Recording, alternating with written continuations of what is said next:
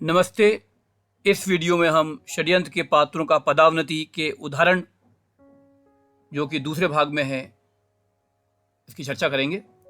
पहले भाग में हमने षड्यंत्र के पात्रों के पदावनति के प्रक्रिया या प्रोसेस के बारे में चर्चा की थी। इस दूसरे भाग के वीडियो को समझने के लिए पहले भाग के वीडियो को समझना जरूरी है। पिछले भाग में आप देखेंगे कि पदावनति की प्रोसेस कैसे होती है।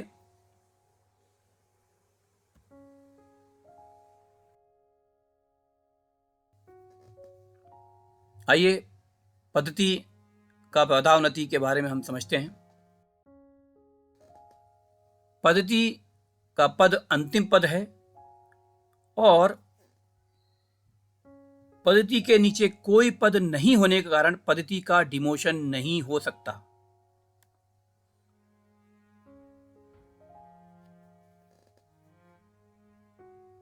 दोषी गुप्तचर का पदावनति, इसको समझते हैं और उदाहरण भी देखेंगे।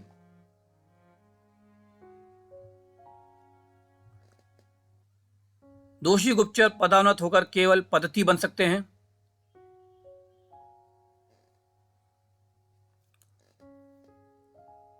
दोषी गुप्तचर केवल शक्ति संपन्न पात्रों की सहायता से ही पदावनत हो सकते हैं। पदावनति कराने वाले शक्ति संपन्न पात्र हैं केवल राजा, अर्थशास्त्री अथवा गुप्तचर। अब देखेंगे कि यहां पर सेनापति भी शक्ति संपन्न है और राजऋषि भी हैं, परंतु वो दोनों दोषी गुप्तचर का पदावनति नहीं कर सकते। सेनापति और राजऋषि गुप्तचर का पदावनति नहीं कर सकते क्योंकि गुप्तचर के पास इन दोनों से अधिक शक्तियां होती हैं।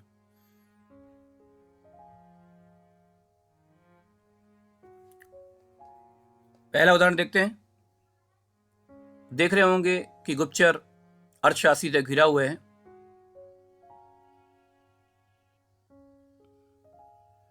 दोषी गुप्तचर शक्ति लेकर अपने स्थान पर ही पद्धति बन जाता है।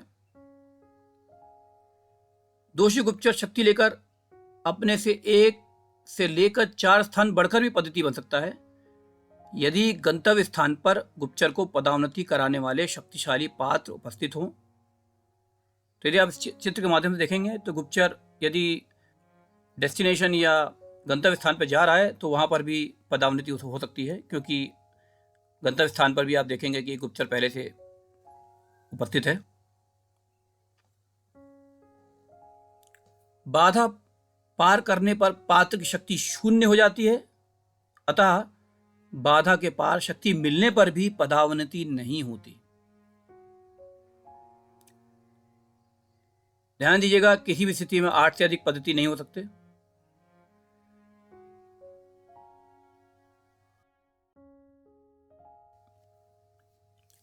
दोषी गजारोही या हस्तिन का पदावनति, इसको समझते हैं और उदाहरण में देखते हैं।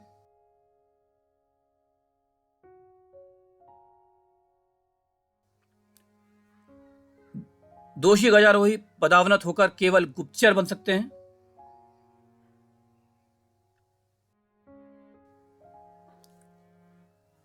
दोषी गजारोही केवल शक्ति संपन्न पात्रों की सहायता से ही पदावनत हो सकते हैं और पदावनत कराने वाले शक्ति संपन्न पात्र हैं केवल राजा, अर्थशास्त्री अथवा गुप्तचर। यहां आपको राजऋषि और सेनापति दोषी गजारोही का पदावनति नहीं कर सकते क्योंकि गुप्तचर के पास दोनों से अधिक शक्तियां मिल जाएंगी।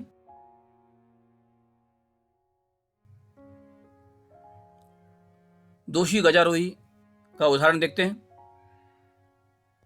दोषी गजारोही शक्ति लेकर अपने स्थान पर ही गुप्तचर बन जाता है, या दोषी गजारोही अपने से 1 से लेकर 2 स्थान बढ़कर भी गुप्तचर बन सकता है यदि गंतव्य स्थान पर शक्ति प्रदान करता है। तो अब देखेंगे कि दोषी गजारोही अर्थशास्त्री की प्रेरणा से एक कदम आगे बढ़ेगा और जब एक कदम आगे बढ़ रहा है तो उसको पड़ोस में फिर भी उसका गुप्तचर मिलता है गंतव्य स्थान में गुप्तचर मिल रहा है, इसीलिए वो वहाँ जाते से ही उसका पदावनति हो सकती है और वो गुप्तचर बन जाता है। ये हम जानते हैं कि बाधा पार करने पर पात्र की शक्ति शून्य हो जाती है, अतः बाधा के पार शक्ति मिलने पर भी पदावनति नहीं होती। विशेष ध्यान दीजिए कि किसी भी परिस्थिति में 4 से अधिक गुप्तचर नहीं हो सकते।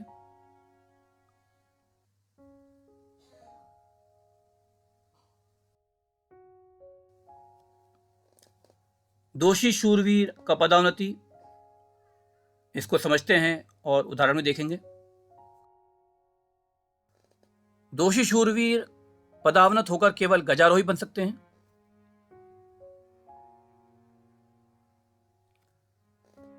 दोषी शूरवीर केवल शक्ति संपन्न पात्रों की सहायता से ही पदावनत हो सकते हैं और पदावनति करने या कराने वाले शक्ति संपन्न पात्र हैं राजा, अर्थशास्त्री, गुप्तचर, सेनापति अथवा राजऋषि।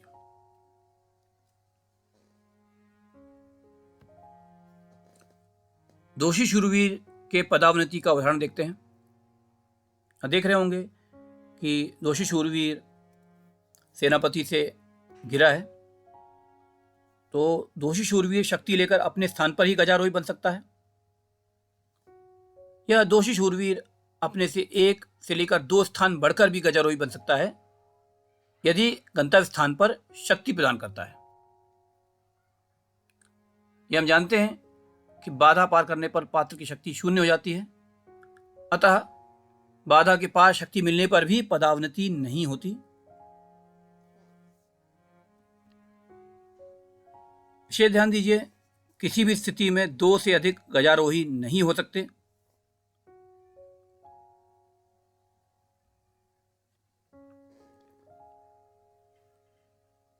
दोषी महारथी का पदावनति, इसको हम समझते हैं और उदाहरण भी देखते हैं।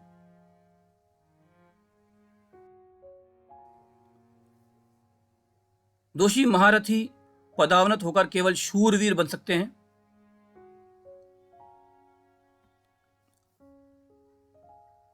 दोषी महारथी केवल शक्ति संपन्न पात्रों की सहायता से ही पदावनत हो सकते हैं और पदावनति कराने वाले शक्ति संपन्न पात्र हैं राजा, अर्थशास्त्री, गुप्तचर, सेनापति अथवा राजऋषि।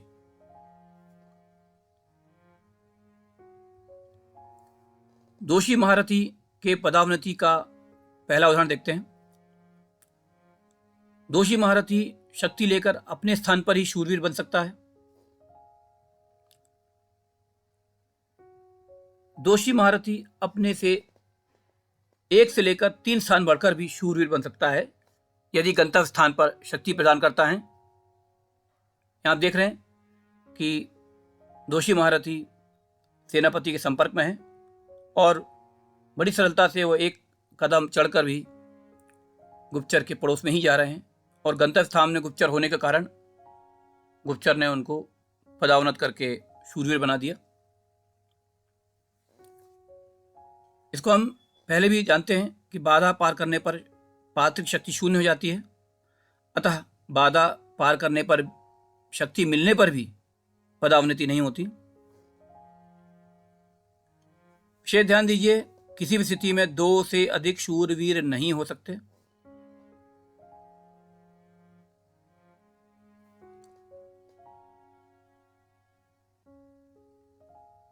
अब अंतिम पात्र बचा है जहां दोषी सेनापति का पदावनति, इसको हम समझते हैं और उदाहरण में देखेंगे।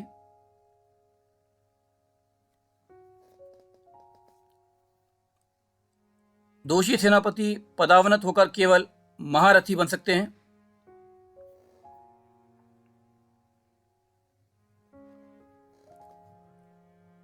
दोषी सेनापति केवल शक्ति संपन्न पात्रों की सहायता से पदावनत हो सकते हैं।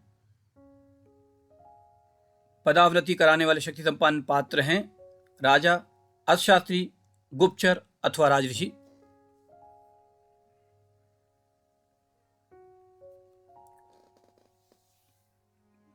पहला उदाहरण देखते हैं। दोषी सेनापति शक्ति लेकर अपने स्थान पर ही महारथी बन सकता है।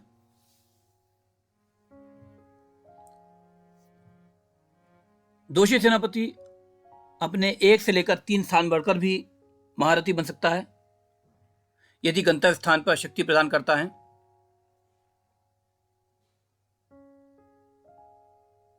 उदाहरण में आप देख रहे होंगे कि दोषी सेनापति अर्थशास्त्री के संपर्क में है और हरे रंग के क्षेत्र में प्रवेश कर वह महारथी के रूप में पदावनति उनकी हो सकती है, और यहाँ तक कि वो गंतव्य स्थान पर उसको गुप्तचर मिल रहे हैं और गुप्तचर में के संपर्क में आने पर वह महारथी बनकर पदावनत हो सकते हैं। इसको हम जानते हैं कि बाधा पार करने पर पात्र की शक्ति शून्य हो जाती है, अतः बाधा के पार शक्ति मिलने पर भी पदावनति नहीं होती। विशेष ध्यान दीजिए, किसी भी स्थिति में 2 से अधिक महारथी नहीं हो सकते।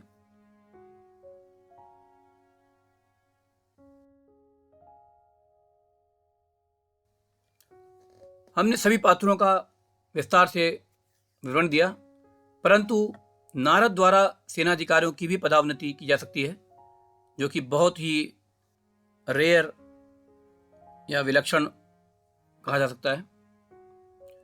नारद केवल आपातकाल अथवा युद्ध की स्थिति में शक्ति संपन्न होकर अंग का पदावनति कर सकता है।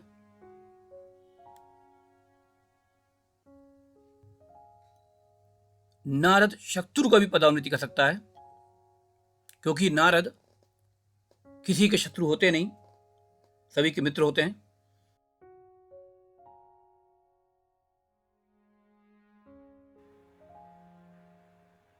इस वीडियो के दूसरे और अंतिम भाग में हमने पात्रों के पदावनति यानी डिमोशन के उदाहरण दिए। धन्यवाद। नमस्ते।